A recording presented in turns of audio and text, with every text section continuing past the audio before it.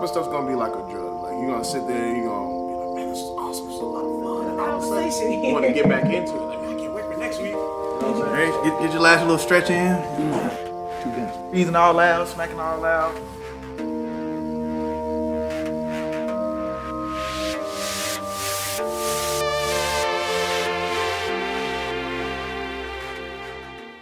What's up, good people? Welcome back to 285 Live. We got your boy here with Rico. Yes, sir. Yes, he wasn't here last time. He was stuck in traffic on 285. But yes, I'm back again. It's Maddogg. And we have a special guest today, my boy Mo. How you doing? How y'all doing out there? We're going to first start off with Rico. Tell people about yourself, since they didn't get to get intimate with you like they got with me. Yeah. So get intimate with the people. I'm all about the intimacy, you know. Okay. It's your boy Rico. I'm from Memphis, Tennessee, but you know, your boy grew up in Lithonia, Georgia. I loved Atlanta growing up. You know, came here when I was like 3 or 4 years old. Okay.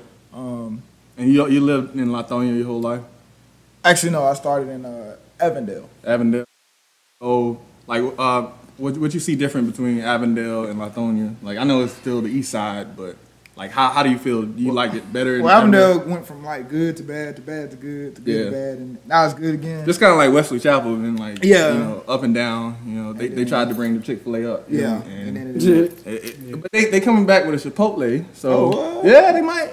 Wesley Chapel? On Wesley Chapel, we seen it on the corner over there on by the farmers market and all that stuff. So that might bring some people back over there, Wesley Chapel. You know, they moved all the black folks to the east side. That's why I'm over here myself. Because I am from the west side. I moved to the east side. You know, deluxe apartment in the sky. But it's a house. Yeah. So Memphis, Tennessee. Obviously, that's a big influence in your life. Definitely. I've been to Memphis a couple times, but you know, we have a residential expert of Memphis, Tennessee, and I like to say that Memphis, Tennessee is a sister city to Atlanta. Yeah, I mean, there's a lot of similarities between it. Atlanta and Memphis are definitely cousins. You know? Yeah, give the good people out there just a feel of what Memphis, Tennessee is like. Well, the 901, Chevy Drive. Quote Drake. They say like what it was like.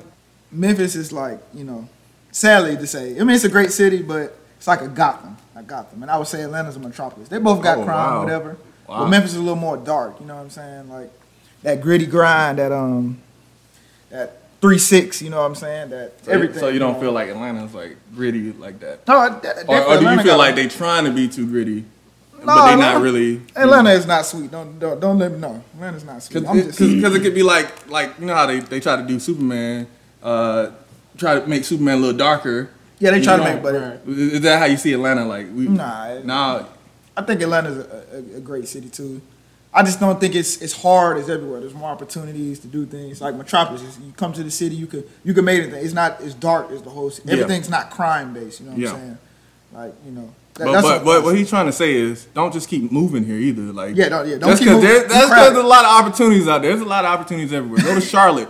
I heard Charlotte is very beautiful. That's another sister city that I say. Go to Charlotte. You know, move there. Florida's nice. Florida's nice too. Go to Florida. Please, no, everybody cried Atlanta. Please. Yeah, man. Like, we already got too many Krusty Krabs and all the other crab places.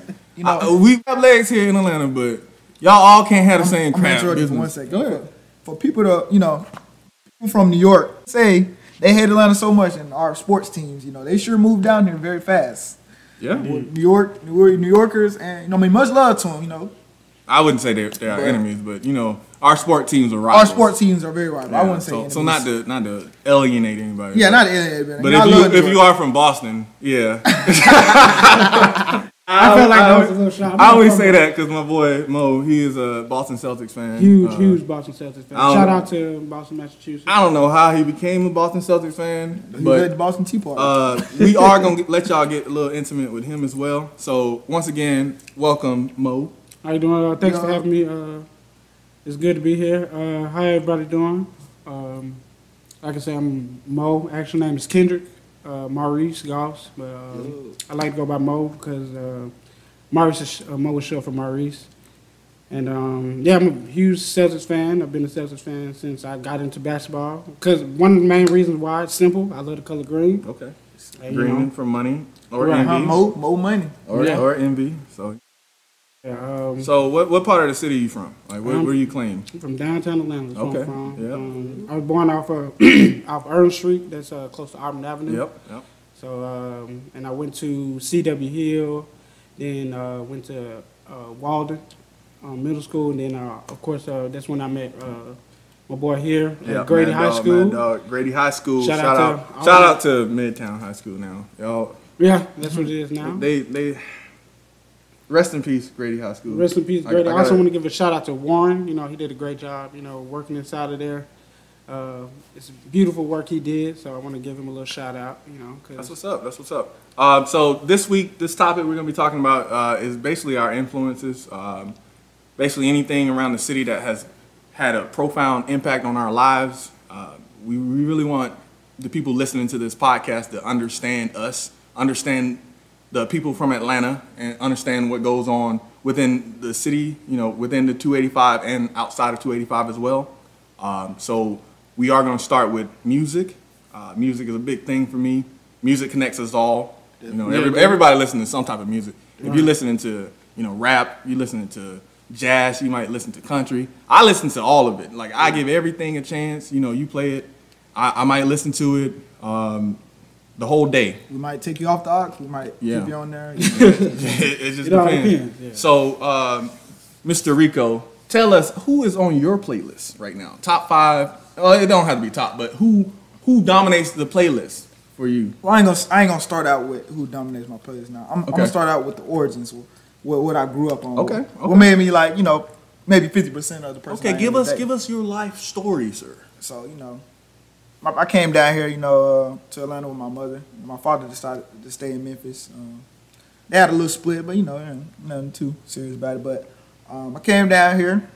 It was in Avondale. And then around the time I got about 7, 8, moved to the east side, east side. East of the east. East. Latonia, you know what I'm saying? Brownsman Road, Klondike Road, over there by, you know, we over there by Wesley Chapel, all of that, flat shows, all of that. But influences growing up was, you know, T.I., you know, Andre 3000, definitely major legends of Atlanta. Gucci Man, you know what I'm saying? Watching him freestyling with OJ the Juice Man and all of them. To a lot of them. Mainly T.I. though, you know. But those played a major role. Like, I remember T.I. had lines like, you know, even if I'm all alone, I stand to 4 people, you know, tell them jump. Like, that's what I grew up on. That's what made me so tough growing up, you know what I'm saying? Definitely. But, yeah, those were definitely major music influences from Atlanta. Now as I moved to Memphis later on in my life, you know, I was back and forth between Atlanta and Memphis, so I'm like a Atlantean, you know what I'm saying? Okay, Memphilantian. Sound like a mythical beast. You got a mythical beast. You got, you know, you got 3 6 Mafia. You got Yo Gotti. You got people like Young Dolph. Plenty of people have come from. I'm blessed to I come from both of these cities because they're #1 on the charts. I put Atlanta first, you know, definitely, because they're #1 on the charts for artists today, all time. Then Memphis, you know. But I say the difference between them. Statement, but I say the difference between them. Atlanta artists can stick more together, you know. Memphis, their artists tends to beef with each other, what society you don't really hear too many Memphis groups sticking together. They don't really stick together. Just from people being from a different side. You don't even have to be gang affiliated or anything, even though mostly everything is gang affiliated. Yeah, but you know, Atlanta, we had that problem too. I mean, not starting out because, you know, Atlanta music really hit big time when, you know, the South had something to say. Outkast, right. Late 90s. So, you know, you had the influx of Ludacris, T.I., yep, so I forgot about all the legends. But then, you know, you had people, Shawty Low. Rest in peace, Shawty Low. Rest in peace. You know, you had Jeezy come out, and then you had Gucci Mane.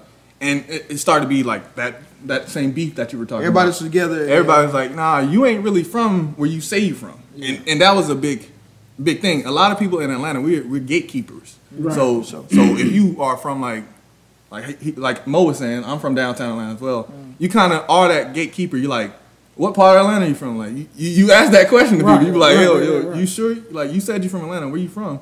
And people be like, yours. It's like, man, that ain't Atlanta. like we'll let you slide if you like Latonia, you know, Stone Mountain. You still in the cab. Yeah, but you talking about you in Augusta. You're not in Atlanta. But anyway, just to give you like insight into that, like T.I., he was beefing with Shawty Low. He's claiming, he's like, you're not from Bankhead, you're not from the West Side, I ain't never seen you around here. And it was over some stupid stuff. It was like, because you didn't mention me in the song. Like to me, you know, but I see that has been resolved. Like, you don't really hear that anymore. You don't hear people from Atlanta really beefing like that no more. More getting money together. Yeah, it's everybody's in a group together. It's like, you know, you part of PSC, you part of, you know, this clique, you know. Yeah. It's good to see that people are, you know, coming together. So just to hear that difference in Memphis, that's kind of crazy. It's definitely, but both of them definitely had major influences on me. Like I said, I grew up on more the east side.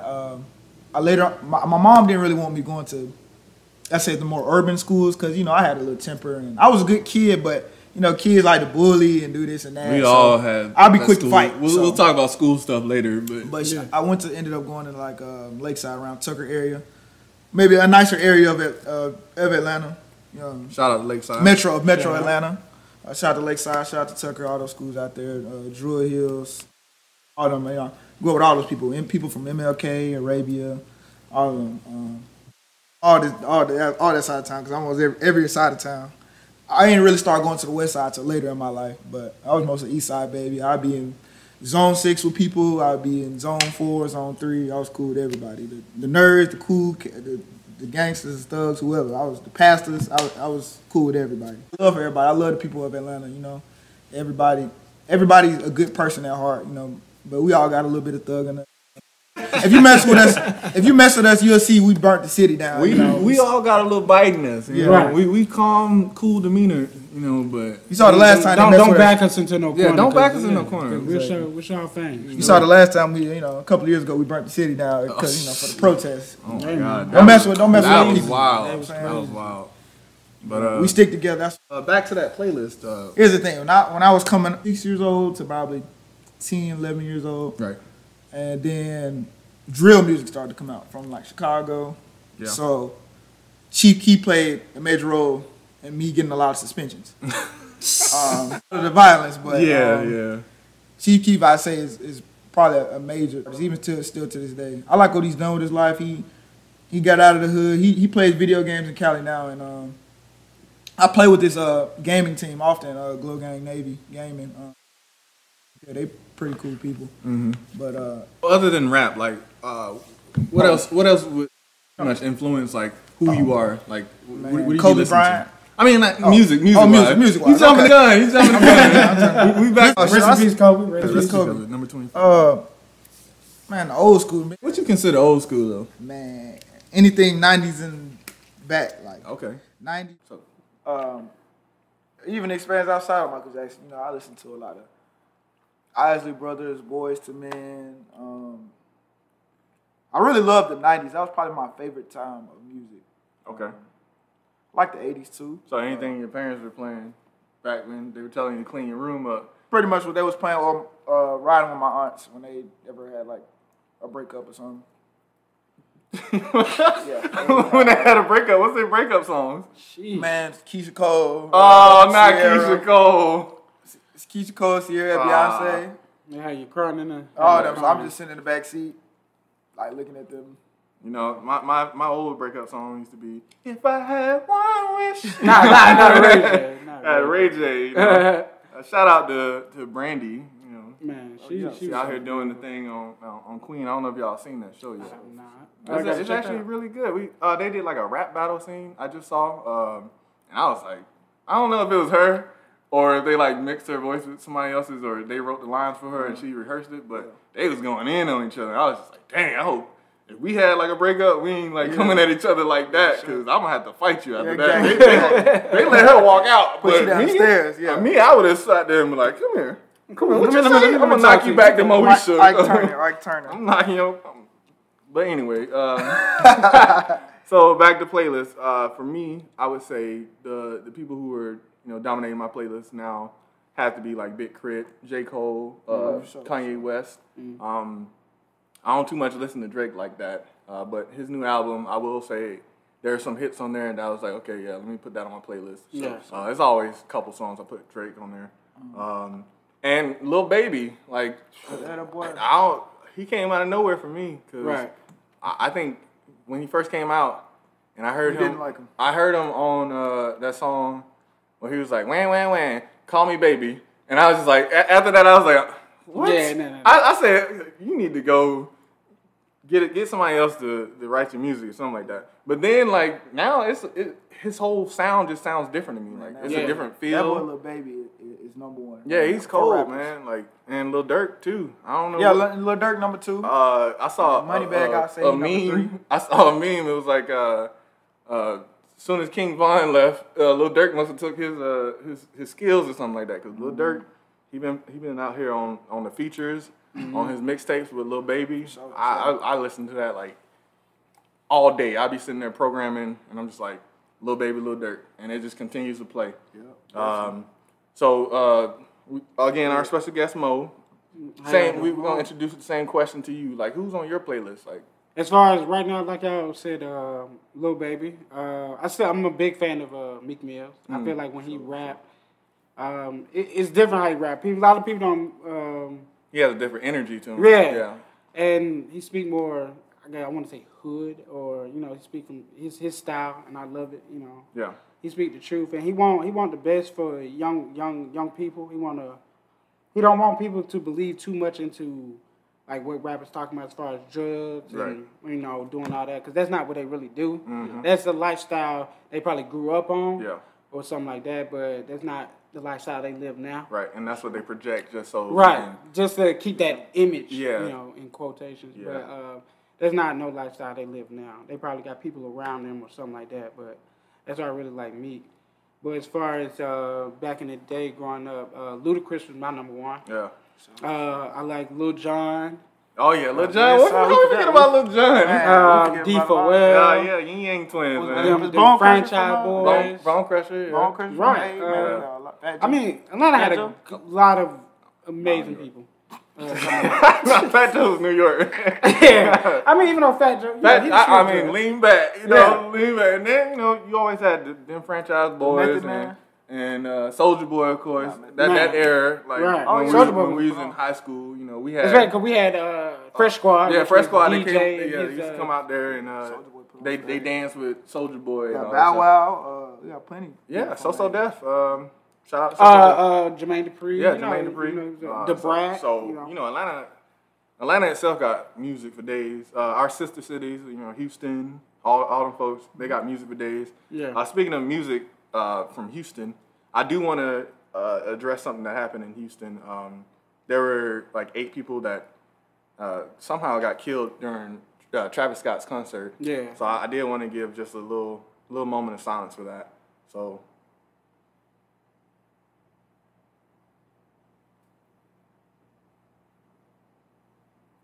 And that stuff's kind of tragic. I read the story, but I couldn't even figure out like what happened. Was it like people getting trampled or something? Yeah, that's because I think I read a little bit on the story. Because at first, honestly, I thought it was a mass shooting again. Yeah. Because that's the world we live in, which is sad. But I think the people in the front got trampled because I think it was a sold out event for like 50,000. And I think once people just started rushing, and so the people in the front. They the people who got trampled, really. And I think it was 8 people got killed. 17 was injured. I think. Was it 17? I thought it was they said hundreds when I read it. Yeah, I mean, it was like several reports came out. I don't know, it's crazy. You believe what you. Yeah, the media itself is just like, it's a mixed bag. Yeah. So you just got to kind of go on social media to see, like, the actual stuff. People actually posting photos and the videos. That stuff didn't happen when I was growing up. But nowadays, you can just instantly access people getting hurt and stuff like that, which is it's crazy. Like people are more recording than helping the person. Yeah, they can see an old lady get robbed on a train, but they'll be too busy recording it instead of just to get the views and the likes. It's kind of crazy what my generation has come to. Yeah, it's crazy. But moving on, we're not gonna stick to too many somber topics like that. Yeah. Just to go back to our special guest Mo, he's a amazing artist, and I do want to give him time to really talk about what he does and how he really got into it, and where it came from. Because when I was growing up, and I knew him from high school, I knew he was into anime. We used to talk anime and stuff like that, and sports and stuff like that. But But I didn't know this was in him. This talent was in him. So just give us a. Okay, this my drawing, passion for drawing, of course, came up from watching cartoons, wondering like how it's done, like from watching like Pokemon to Digimon, like how's all that structured, how did all that happen. And then my pops, rest in peace to him, he used to draw a lot, so I got my craft from him. Mm-hmm. And over time, just working on it, developing my skill. And I met people like Ed, Tierra, and other artists, that helped me develop myself and just grow in my skill and just practicing every day. Like everybody do with their craft, practice makes perfect. Right. And how long have you been doing it? Man, probably like 10 plus years 10 as plus? far as drawing. But I really shout out to my sister because she's the one who really introduced me into going really digital. She gave me the Samsung, I think it was the S8 that came with the S Pen, and I started drawing on her phone. Then when she gave me her phone and she switched over to another phone, I really just started, diving deep into Shout digital out to sisters. art. Like Right. Our sisters, man. Like They're I know the my unsung sister. heroes, man. Yeah, my sister, big influence on me. We used to fight a lot when we were growing up, but like high school, it kind of changed. My sister was just like there. She was one of the only people who would just show up to events that I was doing when I was in JROTC and stuff like that. And when I was drawing, even now, she's just like, hey, I like your podcast. Like, let me share it with everybody. Mm-hmm. So shout out to sisters. I know your sister too. My sister is like my mother. Yeah. Mine too. Mine's like my mom. So she was the one who really started me into doing this, and I pushed really hard into digital art and just. Then growing up in Atlanta, just man, you can walk downtown, you see artwork everywhere. As far as graffiti and artwork on the walls and stuff like that. So yeah, so Atlanta's big as far as not just rap artists, but just artists in general, just trying to big art. Just trying to make a name for themselves and stuff like that. There's a lot of up and coming black artists out there. I've seen they have their stuff posted everywhere. From in the malls, you'll see them at the train stations. You'll see you've always seen graffiti on like in the train stations, and you're like, man, like how did you first of all how did you get here? How did you get up there? Right, to put that graffiti up there? Because I mean like especially you go like towards Westlake and stuff like that. Mm-hmm. You'll see it on buildings. And you're like under the bridge. Under the bridge. Like what? You Spider-Man now? Like come on. Like. But yeah, just seeing other people's artwork, it inspires you. Sure. And it that's where it grew from, and then just practicing over time. So now I'm the artist I've become, and I still draw because I want to be better. I think there's always room for improvement, and that's all I want to do, just become better. Shout out to Mo for real though. Mo Payton's is Mo _Payton. Payton's _. That's my IG. If anybody want to check out my artwork, I do portraits, I do graphic designs, I do logos. Whatever you need, I got you. That's me. I'm diverse in all art forms. Yeah, I'll tell you a good story. It was around September. That's the time of my anniversary. He hits me up out of nowhere, like, just like, hey, Maddogg, like, I got something to show you. I'm like, okay, like, I like your artwork anyway. I share your stuff all the time. And he painted a beautiful picture of me and my wife. He had Paris in the background, the Eiffel Tower and stuff like that. We weren't in the Eiffel Tower or anything like that. It was actually just a picture of me and her in our living room when we were in North Carolina, I think. Was it? What was it? It was somewhere. I don't know. I'm not good at reading lips, so But anyway, he captioned it. He said, take your girl to Paris for me one day, and I'm just like, yo, that was beautiful. I was literally crying on my stairs, like, yo, like for somebody to just do that for you, to show their heart like that, to show their talent, and to share that with you, like it's a big deal for me.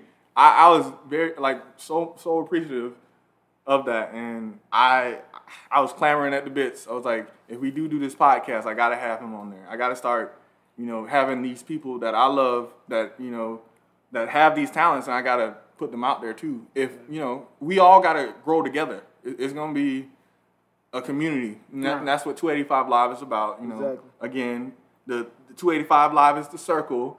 You get off on the exit, you're gonna go somewhere different. So we do want to go different places with our podcasts, our topics. So it's not always just gonna be about, you know, music. It's not always gonna just be about sports. It's gonna be about anything that, you know, captivates and captures the attention of the people who are listening, just to understand what Atlanta's about. Right. Because we are Atlanta. We've been here. We grew up in this. We've had different experiences, but those experiences together is what makes, you know, Atlanta so great. Right. Because it is a difference. Everything in Atlanta is different. Like, you go 2 blocks down from where you are, and you're technically, if you're from Atlanta, you're technically in a different part of the city. Right. You know, you go from Kirkwood to Edgewood, 4th Ward, real fast. Real quick. Yeah. You was like, dang, like, I was just on Boulevard. Like, you told me to meet you here, and like literally across the street, you technically in a different part of the city.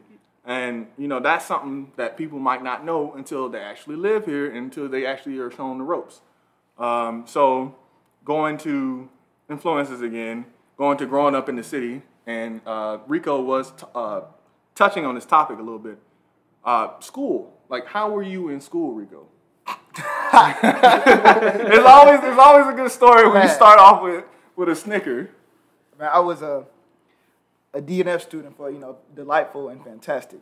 Okay. But I was a C student mostly coming up to school, except for math. You know, numbers weren't my thing unless it was money. Okay.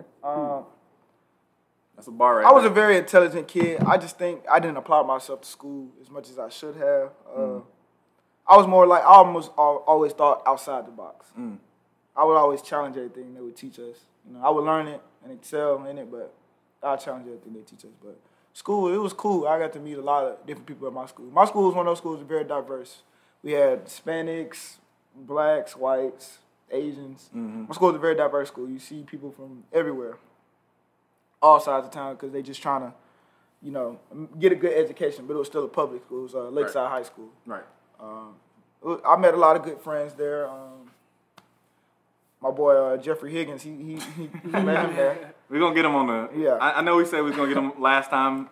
We're having some technical difficulties, but we'll get him on there, and y'all will hear from Jeffrey Higgins. My mom used to work for the transportation system for the DeKalb, so I used to go to all the football games and everything, so I used to get to meet people from everywhere. What was your favorite school to go to besides, you know, Lakeside, of course? Man, I used to love Stevenson and Tucker.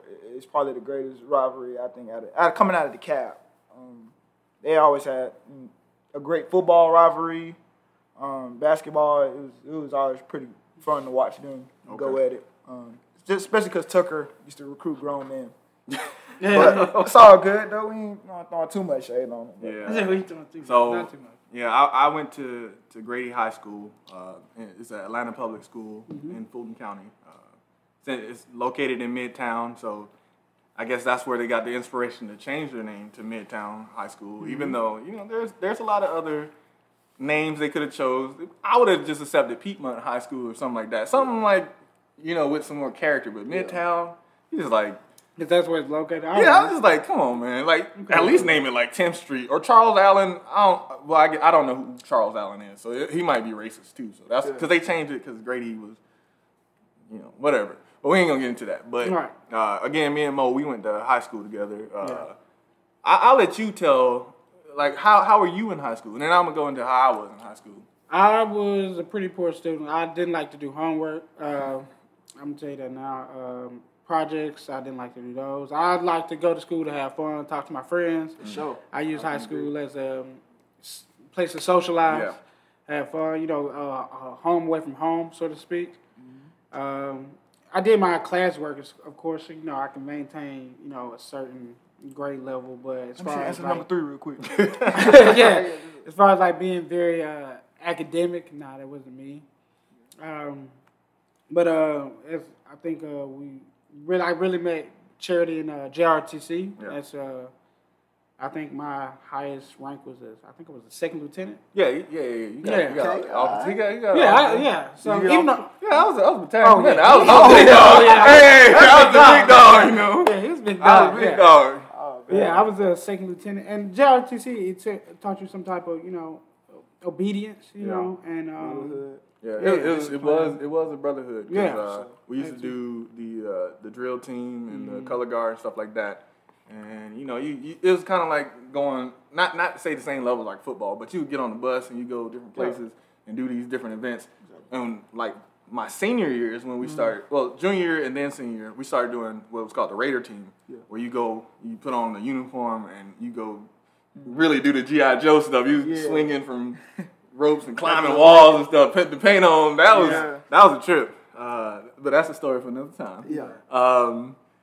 But at Grady, it was mostly black. There was diversity there, of course. There was a lot of Caucasian. There was Asian people who went from Walden Middle School to from Emmon Middle School, and we all just kind of mixed together. So Grady was just like this new place. Everybody was just like trying to figure out themselves, especially in that time. It was like people were wearing like the goth outfits. My boy Zeke, he used to have the nose rings and stuff like that. People were wearing the mohawks, and then that was the time where the skinny jeans. I don't know. Before it was baggy, like when we were Soldier Boy. Yeah, Soldier Boy. And then like the skinny jeans, it went to the skinny tight jeans and the and they were coming with the box cuts, the fades. But anyway, for me, I was kind of like the same. I wasn't really into school like that. By high school, I was just tired. I was done. Like mentally, just like I'm tired of, getting on this bus to come to this place. And then, it's really daycare. Yeah, it is daycare. After about 10th grade. Yeah, that's how I feel. Like you just really want to be there be there with your friends. We used to have to make our schedules at the beginning of the year, and we'd always come in the hallway and be like, "Yo, what class you got? You gonna be in graphic design, or you gonna be?" Because graphic design was like my favorite class. He let us do anything we want. I used to just play. I used to play Naruto Arena and just goof off. Most of the time in school, I used to sleep. I'd be knocked out because I was so confident in my own scholastic abilities. I could just wake up and take the test and pass it. Right. Because most of it's like multiple choice anyway. Exactly. So I was just like, whatever. If I, as long as I get a C, I'm good. Cool. Yeah, I'm cool. Yeah. I actually had to go to summer school in 8th grade, and my dad was like so pissed at me because he was like, "Look, I see so much potential in you. Right. I don't know why you won't do your homework." And I was like, "Dad, why do I need to do homework when I can pass the test? When I already know all the answers, why do I need to sit here and waste my time?" That's how it was for me. Exactly. And it makes perfect sense. Like, because the only thing you're doing homework to ready you for the test. But if you can pass the test, it's just tedious work that. I ain't never. But now I kind of wish I did take school. Learn how to study, because I'm in college again, and I'll sit there and I'll have like a big test come up, and I'm just like, I don't know how to study for this. Like everybody else learned how to study when they were in school because they had to, but for me, I was just like, I didn't take it serious. But it just made me. It made me do things a little differently than other people.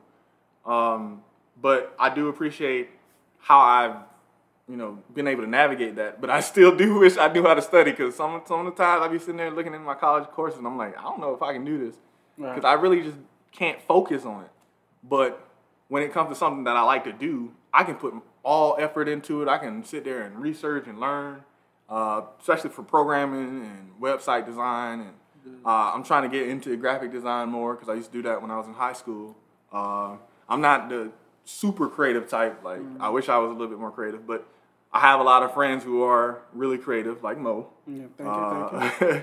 I love to see his stuff. I love when it's on Facebook and Instagram and stuff like that. I'm always, if I'm not the first one to share it and like it, he's second, for sure. Second, because I love seeing people's work. So this is me saying, like, if you got some type of work and you're listening to this podcast, and you're on YouTube or Instagram or something like that, leave a link to your stuff. I would love to see it. We would love to see it. We'd love to talk about it. I love supporting people because support goes a long way. Like a lot of people don't Sure. support as much as they should or as much as they want to. Or just could. It ain't even a should. It's a could. You can be a benefit to somebody just by pressing that share button. You know? Right. Exactly. It takes simple. all of Simple. 3 seconds. And it doesn't cost you a dime to sit there and be like, share. You share everybody else stuff. You share Will Smith stuff. You share, like we was talking about earlier. Yeah, Will Smith and Jada. We know more about Will Smith like and Share Jada. that Megan Thee Stallion picture, but Hey, Right. no, but Megan Thee Stallion, she doing her thing too, cosplaying and stuff like sure. that. That's all quick to share art. that. Look, Right, it cosplaying is. and all that stuff is art. If you out there doing that stuff, Body art. let us know. And I'm Especially send it to Rico. Send it to Rico first. Let him do the screening portion of it, and then he'll send it to us if it's appropriate. But if you just let Rico know. He gonna give the first critique. And one of the reasons why I drew Charity and the picture of him and his wife, that wasn't my first time actually drawing Charity. That's actually my second. I drew Charity before, and he's been a big supporter of mine. So I wanted to show him my development by not only just of course posting on Facebook, but drawing him again. I think I drew him in the Hawks gear. Yeah, in the Hawks gear. That was nice. It's very cartoonish, but now, It was nice. I was like, yep. And now I'm more realistic with my artwork, so I wanted to show him my appreciation once again, and also include his lovely wife into it. So so that's why I redrew him again, and because he's one of my biggest supporters, and I can't thank him enough. And he's a brother for life, and I love him. And support, like I said, support goes a long way. You just don't know how big it impacts someone's life. Just hitting that share button. Yeah. Liking it, talking about them, Comment, leave a comment, it goes a long way. So we got to support each other. We got to move together, Yeah.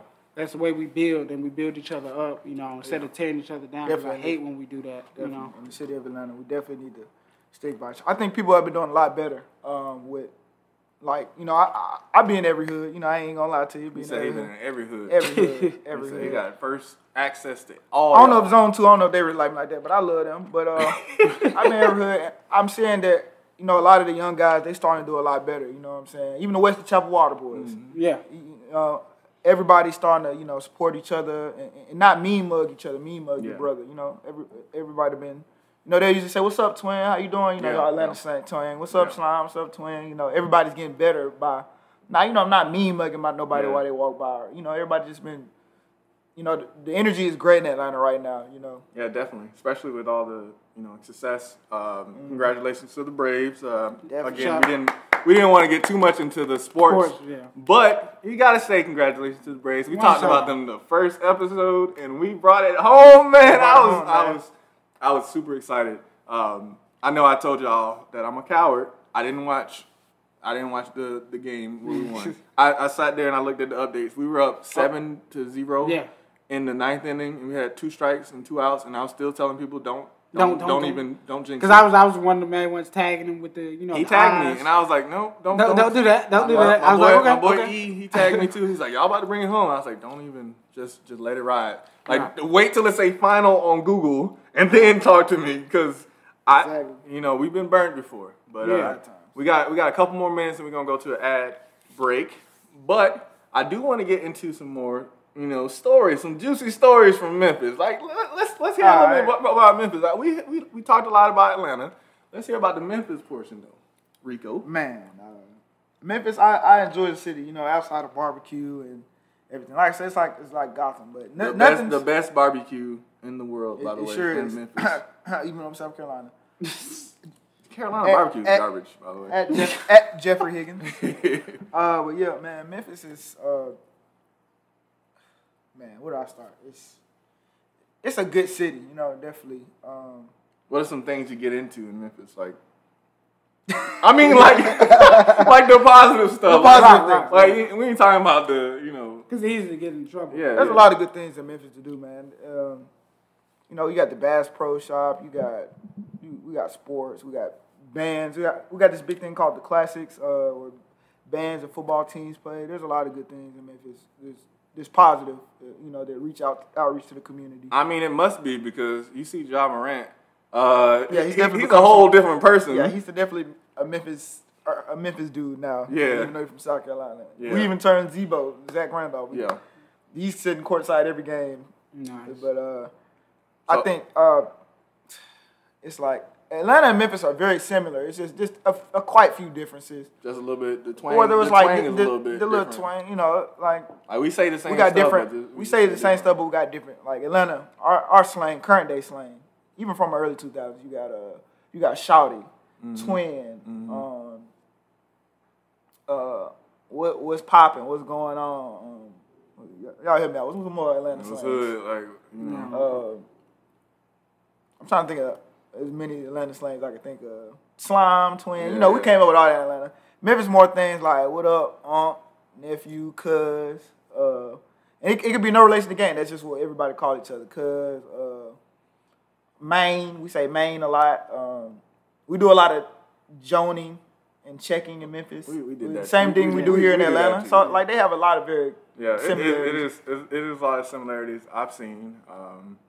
Just the people, just interacting with people from Memphis. I feel like, you know, these are people in my family. You know? Exactly. Mm-hmm. I know we related by law, Yeah. but they feel so close to me. Like Right. I'll talk to his uncles and stuff like that, and it's just like, you know, it feel like he been here on the west side. Exactly. The way he be talking about, Yeah. like we seeing some kids running around, we all looking the same way. Like, hey, get them kids, like what y'all doing, man? Y'all better stop playing around, man. Come on. Yeah, we freestyling, the rapping. It's just a we good dance time. a little more in Memphis. We do a little more dancing in Memphis than we do. What's the? You know, you got like juking, you Yeah. got the shoot. Yeah. You just got a lot of dances. That's cool. You know, we got Can't cool think of palace a lot down here. You know, walk it out. You know, Yeah. Walk it out. We got dancing dancing, all that. That's what I say. It's a lot of we similarities. shoot out. You know, moving the legs. You know, It's a lot of similarities. Maybe just a little more darker on some things. Gotham City. That's where he They could work on the crime and the gangs and stuff. That's the Midwest in general, though. Like, you go to Chicago, St. Louis. That's all. Who are all our cousin cities. Yeah, like, you know, I got a bunch of family Detroit, in Michigan, Illinois. I got some family in Indiana, all in that Midwest area. Ohio is technically, some of it is technically the Midwest. And you see the same, like, trends in crime and stuff. Like, folks out there daytime doing stuff that people do here at nighttime. So Right. it's just like, it's a whole different Ball game. ball game. One thing I can say though about like the crime scene here in Atlanta, I say it's more about money and clicks. In Memphis, they usually just about anything. Just cause. They do it because you stepped on my shoes. Yeah. Everybody, they just like I don't even know what's the point of gangs because the gangs kill each other. Yeah, it's the like- same gangs kill each other. So and most it's of- not over money or anything. It's just over just pride. And most of them folks like related. Yeah, most of them related. That's what be crazy about it. But they all good kids. They just got to be shown the right way. Just as me, you know, I changed my life around. I gave my life, you know, to God. But we ain't Amen. going Amen, too brother. deep in that. But Amen. yeah, they're very similar cities, and I would recommend anybody to visit Memphis. Just make sure you take a gun with you, know, just in case. All right. You know, tell them you know me. You know what I'm saying? Tell them you know me. Tell them you know grandpa. You know they call me. You know before King Von, a lot of people call me grandpa, grandson, because I carry myself like an older person. He's very So, wise for his age. I yeah. definitely like to have conversations with Rico. Yeah. Very, very knowledgeable. Very, very open to really look at stuff. Because there are a lot of people who are already closed-minded and they don't want to have that conversation at all. They just shut you down. But, you know, having him around, you can talk to him about anything. Like, you know, I'm very understanding with all communities. Yeah. Any community. And that's what you want, you know. Yeah, that's Just exactly what you talking want. to anybody, you know. And that's exactly the type of people we want on our podcast, on 285 Live. We don't want closed-mindedness because what you gonna do with a closed-minded person? You don't want to have that conversation with a closed-minded person because they already know where the conversation is going. They know what direction the traffic is going. There's no detours. There's no, you know, I need to get off right here to go get some food, get some gas real quick. Right. You know, I like to use idioms and stuff like that so people can understand what we're about. Right. And that's what 285 What Live about the is community, about. man? Yeah, about the community, about connecting everybody together. Sure. From every demographic. Every demographic. You know, the north side is different than the south side, but we can come together and we can, you know, agree on some West stuff. side, they're from the east side. There's stuff we can agree on. Like, I know people who, you know, Democrat, Republicans, we can all have a good conversation without bring in, those issues that split us apart. We can talk about what makes it work, and we make it work. Then when you get connected to a person, you start to understand who they are as that person, and why they're that way. Yeah. If you can understand why people are that way, you don't criticize or treat them as bad.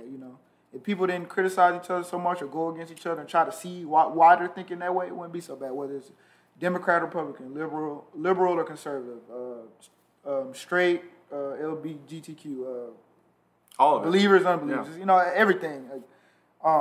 Suburban, urban, it's, different, just different things. Yeah. If people just try to understand each other. And I think that's what we're going to do different on here with this podcast things. Instead of, like the news, I feel like they cause so much division between people. Because one side says this and the other side says this. They feel this side about one way and, they're going to stick to that side. They're going to stick to that side. I think we welcome every We're here for the conversation. We're here for the engagement.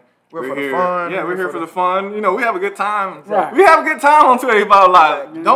Don't let me tell it. Let Mo tell it. We had a little bit of something. Listen, I haven't seen this man in person since high school. That was a long time ago. Again, I'm not gonna date myself. 1800. but I haven't been in the same room with this man for a long time. We've been connected on Facebook, but just to see him face to face, to see like how far he's come. Sure, it wasn't MySpace. Technically, yeah, it was MySpace at first. Facebook. We stayed connected in that way. I've always, I've always been lurking on his profile. Like, yo, bro, like. So you paged him over? I did. I did. I said, hit him on his beeper. Yeah. So y'all probably don't know that he was on the payphone. Yeah. He just left me a little message. Yeah. And he showed up. So I appreciate Mo for coming out. And again, we're going to slide to these ads real quick.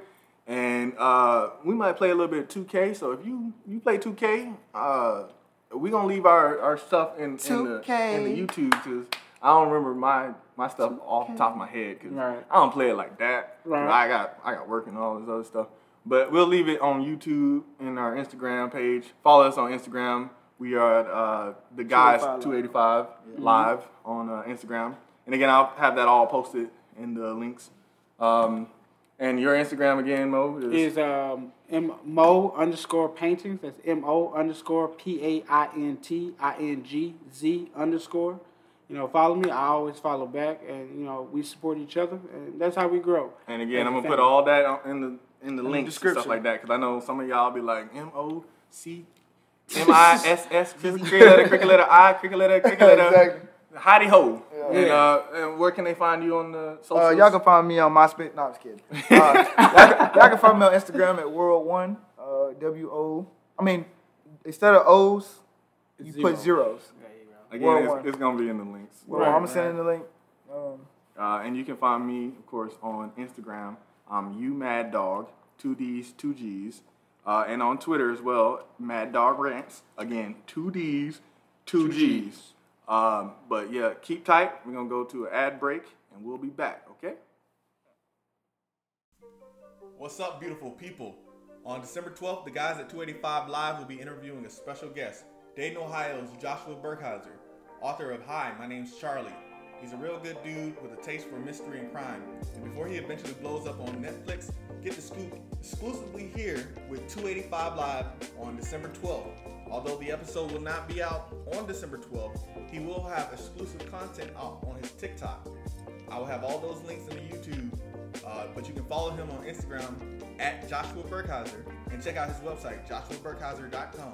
Once again, I will put those links on YouTube, and I'll put those links on our Instagram as well on the day of, before we start going live with his content. You can find all the information about his website. You can find the information about his Twitter, Instagram, all in the YouTube description, and as well as his book.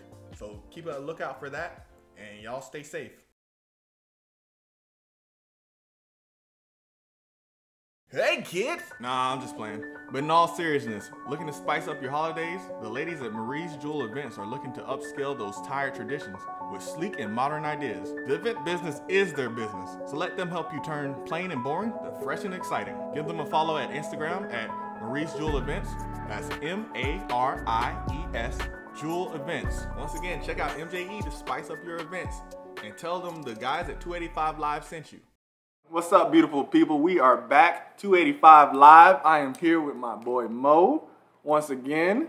How y'all doing, everybody? Yep, and we just took a quick break, a little ad break, and just get refueled again. Get some chips in our system. We ain't want to crunch and be chewing all in y'all face and nothing like that. But we are going to move on to our next segment. We want to talk about, life has changed a little bit because of the, COVID-19, everything that goes on with that. Everybody knows we're all going through it together. So it's a little different. How's life been for you specifically with this pandemic going on? It's been, it gave me the opportunity to experiment, try to figure out who I am and who I want to be. And I think that gave a lot of people opportunity because I've been getting business a lot from people who just want to venture out, make a brand for themselves, as far as clothing line, business-wise. Yeah. So I kind of like that COVID happened, and then I kind of don't, because of everything shutting down, so you can't really do nothing. So there are some positives in it.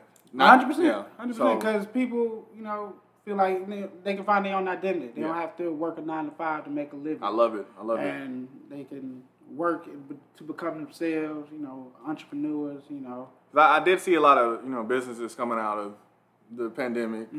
Even for myself, I've had to dig deep into discovering who I am and what I want to be. Because life before the pandemic, you going out eating everywhere, eating at every restaurant you can and traveling and stuff like that. And my plan, especially with my job, I was planning to go travel everywhere. I was like, ooh, my job gonna have me talking to people in LA and stuff like that. I'll go give them, work with clients wherever, Texas, stuff like that. But it grounded me and it made me, focus and, build these relationships that I had with my family. I got closer to my younger brother. I really got to be like a mentor, be that older brother that I wanted to be because, being in the military and stuff like that, I didn't have the time to, really engage with him as much as I wanted to.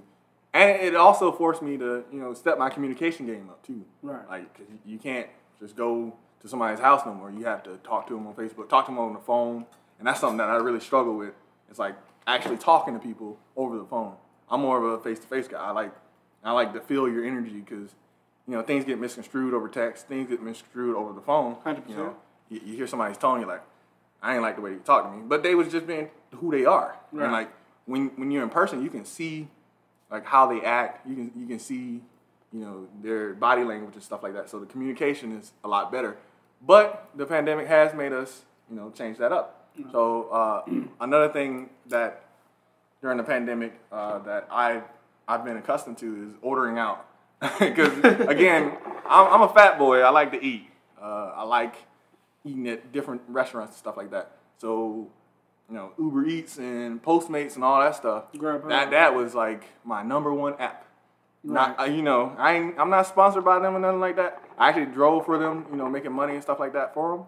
But I restaurants, any type of new restaurant on there, a lot of small restaurants coming out of people's houses, to tell you the truth.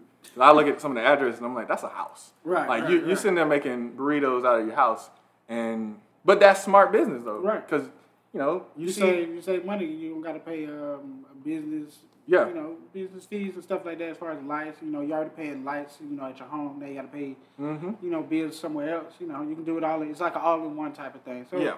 I try to look at the positive when COVID hit.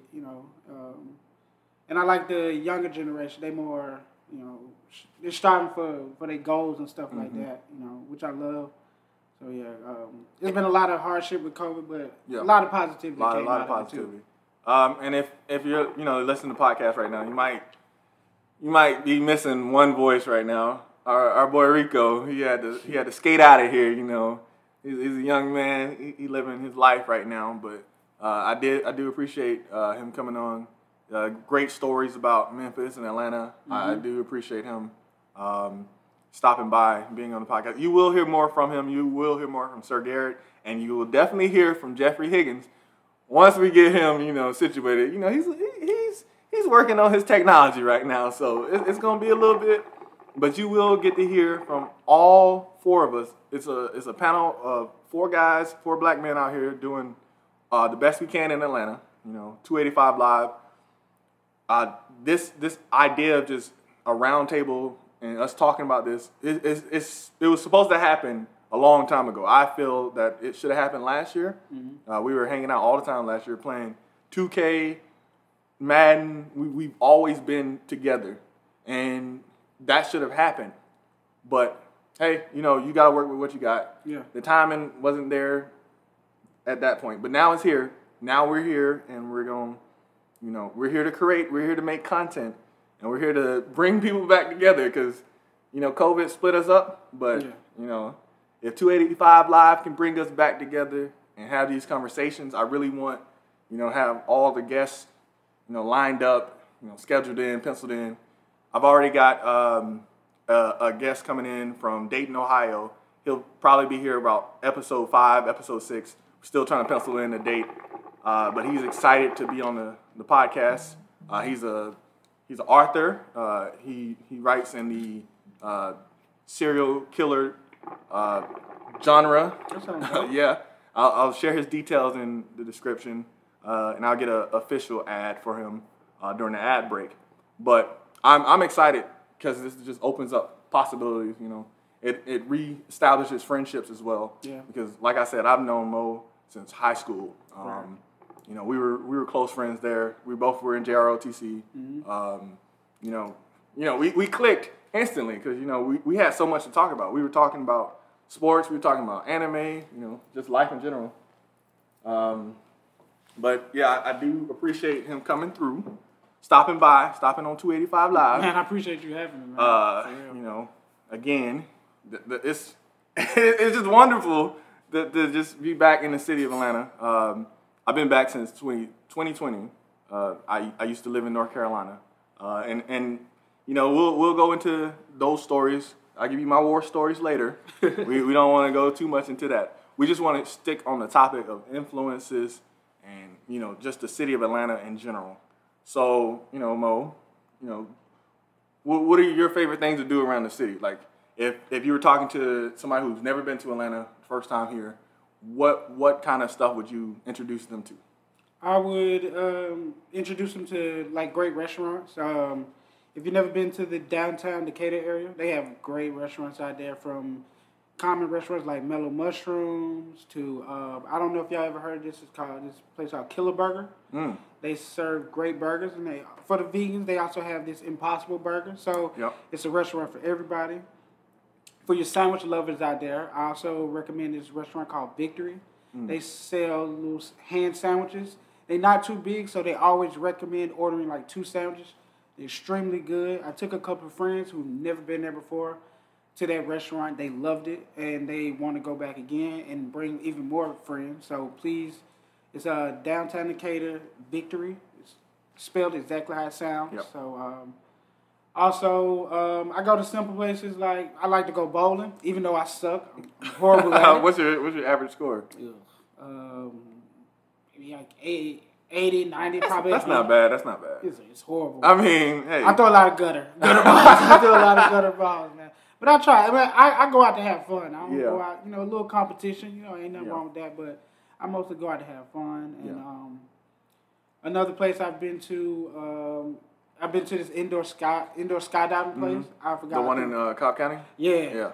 That's a dope experience. If you scared to go skydiving, I recommend, try the indoor skydiving. It's a little. Would you go skydiving though? Would you go out there? Yeah, 100%. I want to do that. That's on my bucket list. Mm-hmm. I also want to go, I think they do a helicopter ride around the city. Yeah, they have those. I want to do that. Also, have you ever been on a helicopter? I have not. Oh, okay. I've been on a plane, never a helicopter. So that's a new experience. It's loud, of course. Yeah, of course. I've been on plenty of helicopters, but again, in the military, man.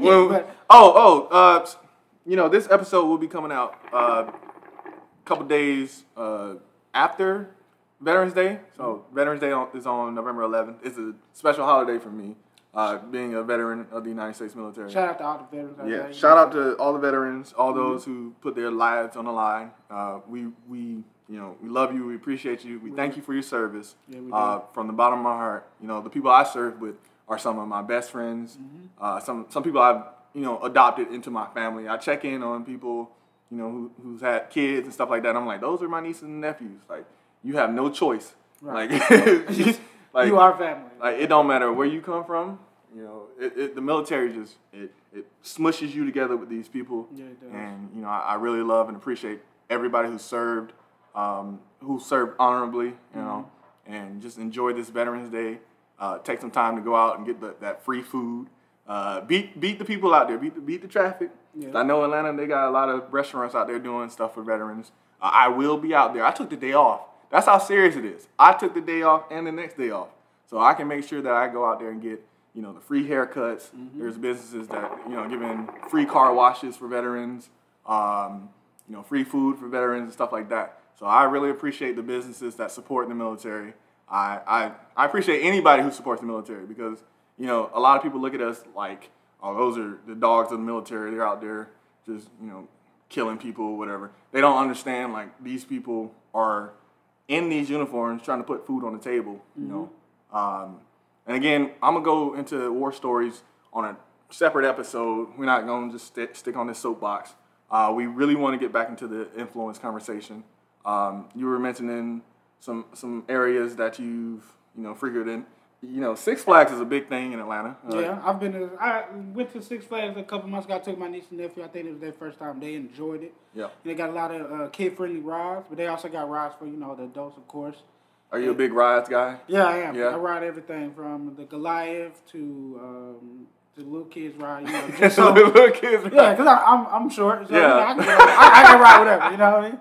I'm a short guy, so I can ride whatever. Yeah. Well, it's a different atmosphere, especially since COVID is not as heavy as it used to be, so you can have some fun while still being safe, of course. I don't know. I went there and it looked like it was just normal Six Flags. I didn't see any COVID lines or anything. It was the same lines I always seen, just people wearing masks or not wearing masks. Right. But every time on the announcement, they were like, make sure you have your mask on or you will not ride this ride. And I was like, you better tell them. Because they see a lot of people don't wear their masks. They don't like to wear. But, mask up, that's a... It's a big, it's because it's still very, COVID is still very serious. Yeah, it's a very serious topic. But for Six Flags, for me, Six Flags is actually a special place. That was my first job. Back in 2008, I was still at Grady High School, and I worked at Six Flags. Shout out to all the Six Flags folks out there. And I worked in the rides department. I used to work at what was called Skull Island. I don't know what it's called now. It's like the water place where you go down slides and stuff like that. So I had it easy. I had the easy job. Like, the only thing I had to do was stop kids from, wearing jeans and stuff like that, going down slide, because those kids would not listen. Right.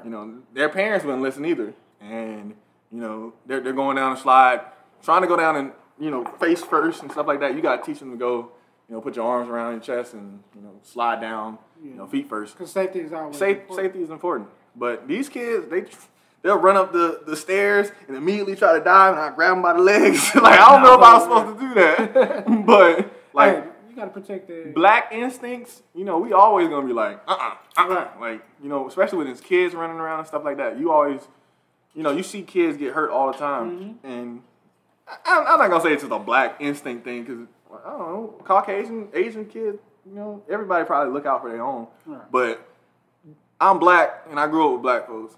Seeing kids running around, I always hear grown folks be like, nah, sit your butt down. Like, my grandma, she did not play. Like, she loved us to death. She loved us to death.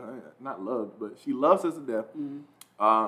If anytime me and my brother, my sister, we was playing around, wrestling and stuff like that, she would tell us to sit down immediately. Like, I never understood when I was a kid. I was like, we just kids, we just trying to play. Yeah. But, I understand now because I'm, like, real protective of my niece and nephew. Yeah.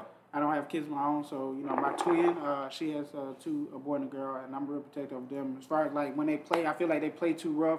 I tell them, y'all got to calm down, I want you to hurt yourselves and stuff like that. But, yeah. It's all in good love, we love. Back to Six Flags, 2008 was a wild time for Six Flags. I don't know if you remember the kid who jumped the gate. Yeah. And, you know, the Batman kind of took his head off. Yeah, it did. I was actually at work that day, and it was horrible. Like, I heard over the radio, like, we got to shut down the Batman. We got to shut down Gotham City, da-da-da-da. And the supervisor at the time, she was, you know, crying, tears, and they shut down our section, too, because we were in Metropolis for not Thunder River, the Skull Island was in the Metropolis area. So we shut down. We all go hang out in the bathrooms, playing spades and stuff like that, just trying to figure out what's going on. And then we just heard the story, and we're just like, man, that kid, you know, he probably wasn't thinking, like, oh, this is going to be, like, the last time, you know, I can do anything. Right. Like, he jumped the gate trying to get, I think it was a basketball or a hat or something like that. He dropped off the Batman. That's what I tell you. If you drop something, just leave it. Just leave it. Or you can actually go to the staff and ask, and, you know, they'll pause the ride during maintenance, and they'll try to get it for you. You know, Six Flags staff, they tell them to smile and stuff like that, but generally, the people in the ride section are generally happy, and, you know, because it's fun to see people, you know, go on those rides and have a good time. You know, so the people I've worked with, at least, I don't know how the staff are now, but when I worked there, everybody was happy to be there, happy to work in the ride section. I don't know them folks in the game section and the food section. They look pretty miserable. But hey, you know, the section you don't really get to choose the section, but you know, the section they put you in, you know, sometimes you gotta stay there, sometimes you gotta wait a little bit. But they try their best to get you where you want to be. So, is there any not trying to, you know, push out Six Flags too many restaurants you would recommend to the people who are new to Atlanta? Yeah, so Milk and Honey, me and my wife, we're literally like, how many times? We went there about 2 times last month, and then a time before that. So I think we've been there a total 3 times. And Milk and Honey is, I would say, it's kind of like a medium price. You can get like some good food for like $20, $25 for like some grits, lobster tail, which I'm allergic to, like a lot of shellfish, so I gotta eat like the chicken fried steak and what did I have last time? I had I don't even remember what I had last time, but it was good. All the food was good, and they had like the peach French toast, good food. And there's a lot of restaurants that I half the time I don't even pay attention to the name of it. Right. To tell you the truth. Like yesterday, I went to Rap-A-Lot. It was in Union City. They had wraps, of course, that's in the name. But they also had their rice bowls. I had mine with jerk chicken, and then it had like peppers in it. It had, you know, vegetables. It was really healthy, healthy food. A lot of times I go to Tropical Smoothie, which is up the street right now on Flat Shoals. I get the smoothies and I get the wraps that they make too. I'm trying to eat a little bit healthier because, you know, once you get to a certain age, not trying to date myself again, but once you get to a certain age, that food sticks to you. It sticks to you. And like I said, I order from Uber Eats a lot, so, you know, I'm ordering like Shane's Rib Shack. Some of these local people, again, from their houses. It's a Big Boys burritos. That was actually a really good one. They name everything like after the city, like 285. They have like a Bankhead nachos or something like that, or Bankhead burrito. There's like the 75 South. They got a lot of like Atlanta-inspired names for those burritos and stuff like that.